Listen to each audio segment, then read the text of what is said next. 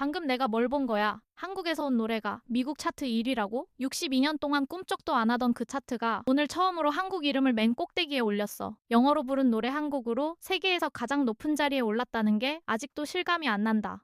2020년 8월의 마지막 날, 전 세계 음악 팬들이 약속이나 한 듯 같은 문장을 쏟아냈습니다. 미국 대중음악의 심장이라 불리는 순위표, 빌보드 핫백 그 차트의 맨 꼭대기에 처음으로 한국에서 건너간 이름이 내걸렸습니다. 방탄소년단 BTS의 노래 다이너마이트였습니다. 대체 이게 왜 그렇게 큰일이었을까요? 세계에서 가장 콧대 높은 음악 차트가 60년 넘게 지켜온 벽을 한국 청년 7명이 처음으로 넘어선 순간이었기 때문입니다. 그날 미국의 음악 팬들은 낯선 나라의 이름 하나를 밤새 검색창에 두드리고 있었습니다. 이야기는 2020년 8월 21일로 거슬러 올라갑니다. 이날 BTS는 새 싱글 다이너마이트를 세상에 내놨습니다. 데뷔 이후 처음으로 가사 전체를 영어로 채운 곡이었습니다. 코로나19로 온 세상이 멈춰있던 그해 여름, 집안에 갇혀 지친 사람들에게 다시 춤출 힘을 주고 싶다는 마음으로 만든 노래였습니다. 복고풍의 밝은 디스코 리듬에 도넛 가게와 농구장, 롤러장을 배경으로 한 알록달록한 뮤직비디오가 더해졌습니다. 무겁고 우울했던 시절에 일부러 가장 환하고 신나는 옷을 골라 입은 노래였던 셈입니다. 노래를 공개하던 바로 그날 함께 내놓은 뮤직비디오는 공개 24시간 만에 1억 100만에 재생됐습니다. 하루 만에 가장 많이 본 영상, 유튜브 역사상 처음 나온 기록이었습니다. 그 전까지의 기록도 같은 한국 그룹인 블랙핑크가 가지고 있었는데 그 숫자를 다시 큰 폭으로 갈아치운 겁니다. 이 기록은 곧 기네스 세계 기록에도 24시간 최다 조회 뮤직비디오를 비롯해 여러 항목으로 공식 등재됐습니다. 그리고 발표 열흘 뒤인 8월 31일 미국 빌보드가 다음 주 핫백 차트를 공개하며 이렇게 알렸습니다.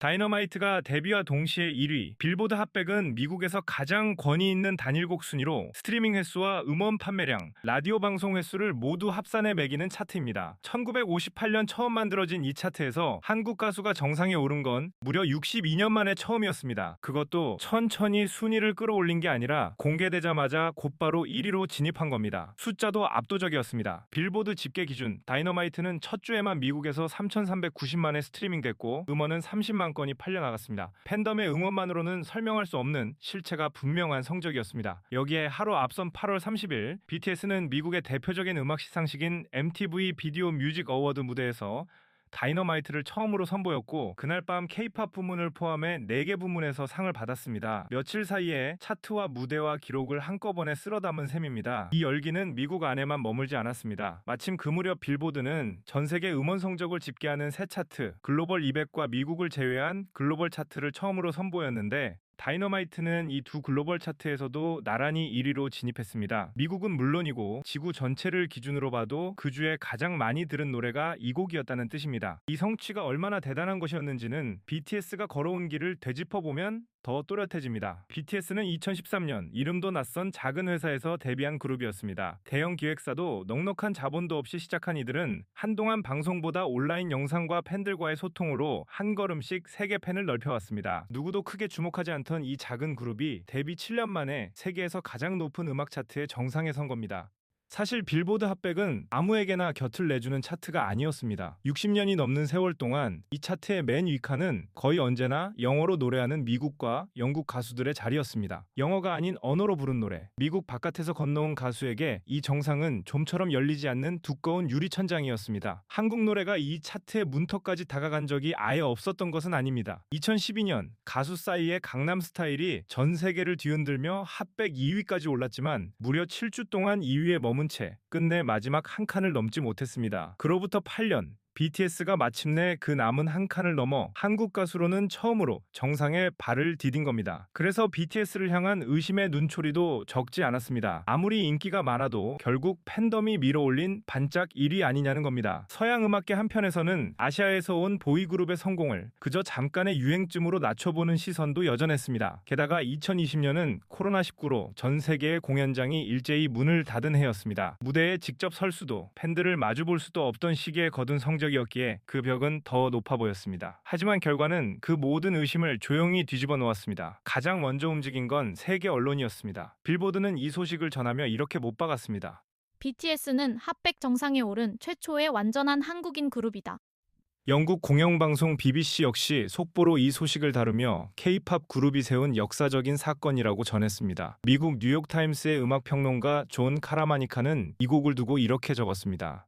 화려한 실험을 앞세우기보다는 밝음과 활기, 그리고 끝없는 명랑함에 기댄 노래다. 음악 전문지 롤링스톤은 한 발 더 나아가 이 곡을 이렇게 소개했습니다. 단 한 번만 들어도 곧바로 따라 부르게 되는 반짝이는 디스코풍의 노래다. 미국의 시사주간지 타임을 비롯한 여러 매체도 팬데믹으로 지친 세계에 이 노래가 안겨준 위로에 주목했습니다. 현지 팬들의 반응은 더 뜨거웠습니다. 한 미국 팬은 이렇게 적었습니다. 나는 평생 빌보드 차트를 봐왔지만 영어가 모국어도 아닌 나라의 그룹이 정상에 오른 건 태어나서 처음 본다. 또 다른 해외 팬은 이렇게 말했습니다. 이건 그저 노래 한 곡이 1위를 한 게 아니다. 굳게 닫혀있던 커다란 문 하나가 통째로 열린 것이다. 그 밖에도 이런 반응이 쏟아졌습니다.